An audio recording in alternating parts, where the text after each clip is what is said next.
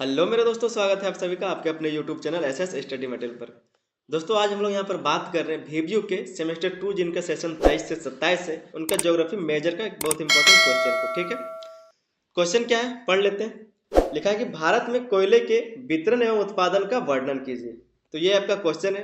पूछ रहा है कि भारत में कोयले का जो वितरण है, कोयला कहाँ कहाँ मिलता है और इसका उत्पादन कितना होता है, कहाँ से होता है। ठीक है, तो इसका हम लोग को आज डिस्कस करना है, इसी को समझना है।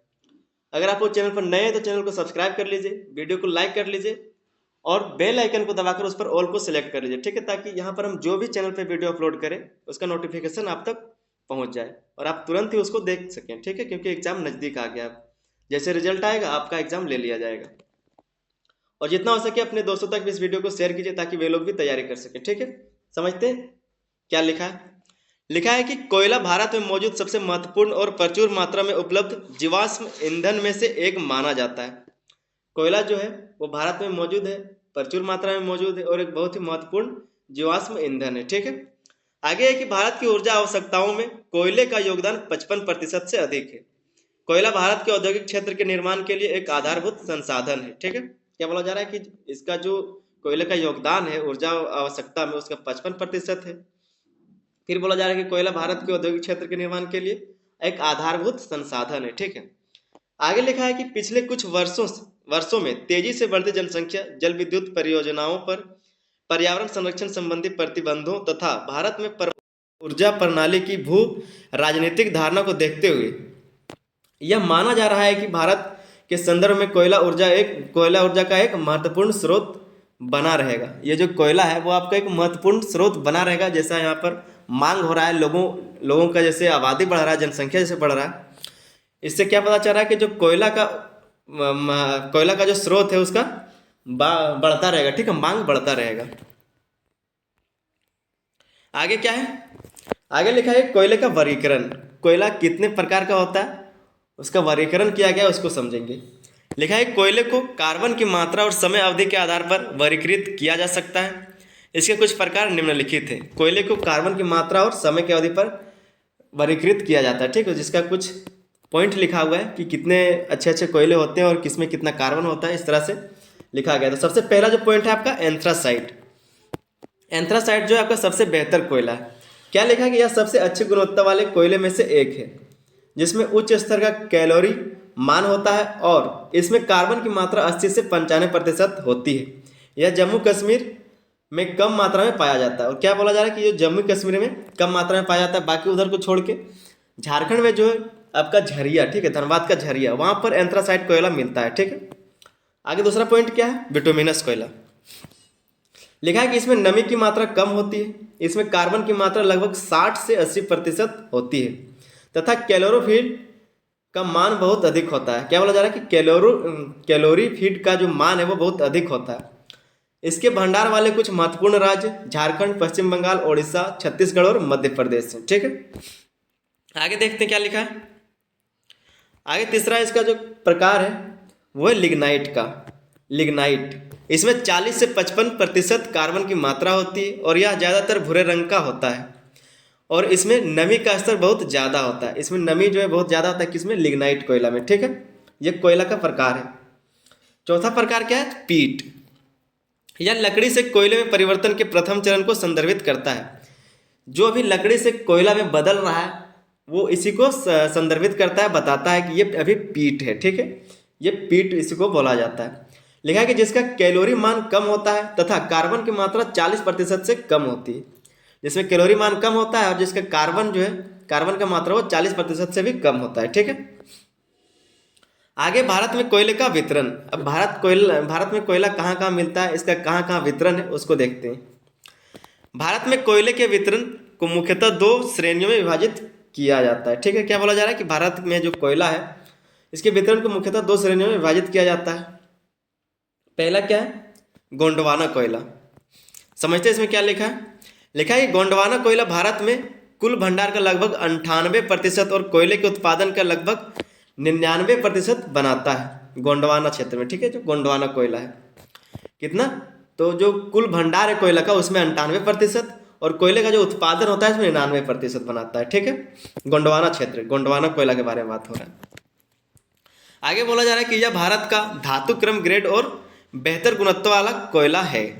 ये जो है ये भारत का धातु कर्म ग्रेड और बेहतर गुणवत्ता वाला कोयला है। ठीक है, बरमूडा श्रृंखला भारत के सबसे महत्वपूर्ण कोयला क्षेत्रों में से एक है और भारत में कुल कोयला उत्पादन का लगभग, क्या बोला जा रहा है कि भारत में कुल कोयला उत्पादन का लगभग 80% हिस्सा है किसका? गोंडवाना कोयला का। ठीक है, गोंडवाना के कोयला क्षेत्रों में कोकिंग और नॉन कोकिंग के साथ साथ विटुमिनस कोयला भी प्राप्त होता है। गोंडवाना का जो कोयला क्षेत्र है, क्या लिखा है कि गोंडवाना के कोयला क्षेत्रों में कोकिंग और नॉन कोकिंग के साथ साथ विटुमिनस कोयला भी प्राप्त होता है। ठीक है, वे दामोदर, महानदी, सोन, गोदावरी और वर्धा जैसी महत्वपूर्ण नदियों में पाए जाते हैं। अब इधर दामोदर नदी की तरफ जो कुछ क्षेत्र हैं, महानदी, सोन, गोदावरी, वर्धा जैसे जो महत्वपूर्ण नदियां, उधर पाया जाता है कोयला। ठीक है, फिर आपका जो दूसरा है वो लिखा है तृतीयक कोयला। पहला आपने देखा गोंडवाना कोयला, दूसरा तृतीयक कोयला। क्या लिखा है कि तृतीयक कोयला लगभग 15 से 60 मिलियन वर्ष पुराना है। यहाँ पर जिस कोयला के बारे में हम लोग बात कर रहे हैं, तृतीयक कोयला, ये जो है आपका लगभग 15 से 60 मिलियन वर्ष पुराना है और इसमें कार्बन की मात्रा बहुत कम है। क्या लिखा है कि और इसमें कार्बन की मात्रा बहुत कम है। यह मुख्य रूप से जम्मू और कश्मीर, हिमाचल प्रदेश, असम आदि जैसे प्रायद्वीप के बाहर तक ही सीमित है। भारत का जो प्रायद्वीपीय भारत है उससे बाहर जो क्षेत्र है, जैसे आपका क्या बताया जा रहा है, जम्मू कश्मीर, हिमाचल प्रदेश, असम, तो इस तरह का जो क्षेत्र उधर पाया जाता है। ठीक है, इसमें नमी और सल्फर का प्रतिशत अधिक है। कुछ महत्वपूर्ण क्षेत्रों में असम, मेघालय, अरुणाचल प्रदेश, नागालैंड, हिमाचल की तलहटी और तमिलनाडु और केंद्र शासित प्रदेश पौंडीचेरी के क्षेत्र में शामिल है। इसमें कुछ और क्षेत्र शामिल है जो आपका है असम, मेघालय, अरुणाचल प्रदेश, नागालैंड, हिमाचल की तलहटी, तमिलनाडु और केंद्र शासित प्रदेश कौन? पौंडीचेरी। ठीक, पौंडीचेरी के क्षेत्र शामिल है। आगे देखते हैं क्या लिखा है।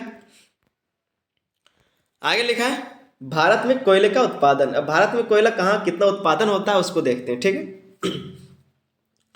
इसको पॉइंट वाइज बुलेट पॉइंट में लिखें ताकि बढ़िया से समझ में आए और आप लोग भी उस तरह से लिखिए ताकि एग्जामिनर अच्छा नंबर दे। ठीक है, लिखा है कि भारत में कोयले का उत्पादन सन 1774 में शुरू हुआ। भारत में जो कोयला उत्पादन सबसे पहले शुरू हुआ कब हुआ था? 1774 में। दूसरा पॉइंट है पश्चिम बंगाल के रानीगंज में भारत की पहली खान खोदी गई।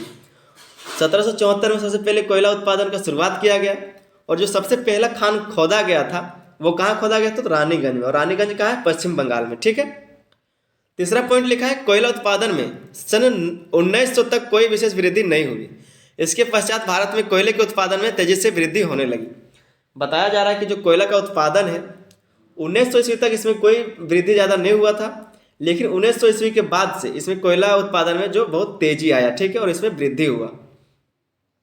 अगला पॉइंट आपका है कि सन 1900 में कोयले का उत्पादन केवल 60 लाख टन था, जो 1914 में बढ़कर 160 लाख टन हो गया। बताया जा रहा है कि जो 1900 ईस्वी में जिसका उत्पादन, जहाँ पर कोयले का उत्पादन सिर्फ 60 लाख टन था, वही 1914 में ये बढ़कर कितना हो गया? 160 लाख टन। ठीक है, 160 लाख टन, मतलब 100 लाख टन का ज़्यादा उत्पादन हुआ। आगे देखते हैं आगे क्या लिखा है। अगला पॉइंट है कि द्वितीय महायुद्ध के बाद कोयले की मांग बढ़ी और उत्पादन में और भी वृद्धि हो गई। द्वितीय महायुद्ध के बाद क्या हुआ कि कोयले का मांग बढ़ा, जिससे क्या हुआ कि उत्पादन में और वृद्धि हुआ। ठीक है, जितना मांग बढ़ेगा उतना ही वृद्धि होगा, उतना ही कोयला निकाला जाएगा। अगला पॉइंट है कि सन 1945 में 290 लाख टन कोयले का उत्पादन हुआ। 1945 में कितना? 290 लाख टन कोयले का उत्पादन हुआ। स्वतंत्रता प्राप्ति के बाद भारत में कोयले के उत्पादन में उल्लेखनीय वृद्धि हुई। स्वतंत्रता के बाद जो कोयले का उत्पादन उसमें और भी ज़्यादा वृद्धि हुआ है। ठीक है, वृद्धि देखा गया है। अगला जो पॉइंट है आपका 1972 में कोयले के राष्ट्रीयकरण से इसके उत्पादन को विशेष प्रोत्साहन मिला। 1972 में कोयले का राष्ट्रीयकरण से क्या हुआ? इसके उत्पादन में विशेष प्रोत्साहन मिला। सन 2019-20 में कोयले तथा लिग्नाइट का कुल उत्पादन 772, यहाँ पर थोड़ा सा गलत हो गया है, यहाँ पर थोड़ा सा आप गलती हो गया, इसको थोड़ा सा सुधार लीजिएगा। ठीक है, क्या बोला जा रहा है कि 1972 में जो है 772 यहाँ पर दशमलव होता, थोड़ा सा गलती हो गया यहाँ पर 772.9 है। ठीक है, तो लिखा है कि 2019-20 में कोयले तथा लिग्नाइट का कुल उत्पादन 772.9 मिलियन टन रहा। तो यह आपका क्वेश्चन था, क्वेश्चन का आंसर था। बहुत ही अच्छे तरह से हो सकता है कि ये क्वेश्चन आपका एग्जाम में पूछा जाए, तो आपको इसी तरह से लिखना है, बहुत ही बेहतर तरीके से, ठीक है। जिस जिस तरह से यहाँ पर बताया गया है उसी तरह से आपको भी लिखना है। उम्मीद करते हैं कि आपको समझ में आया होगा। जितना हो सके अपने दोस्तों तक भी इस वीडियो को शेयर कीजिए और चैनल को सब्सक्राइब जरूर कर लीजिए। वीडियो तो आप लोग देख लेते हैं लेकिन चैनल को सब्सक्राइब नहीं करते। चैनल को आप सब्सक्राइब कर लीजिए ताकि हमको भी मोटिवेशन मिले और हम और अच्छे से वीडियो बनाएं और भी आपका तैयारी कराते रहे, ठीक है। मिलते हैं अगले वीडियो में, तब तक के लिए धन्यवाद। जय हिंद।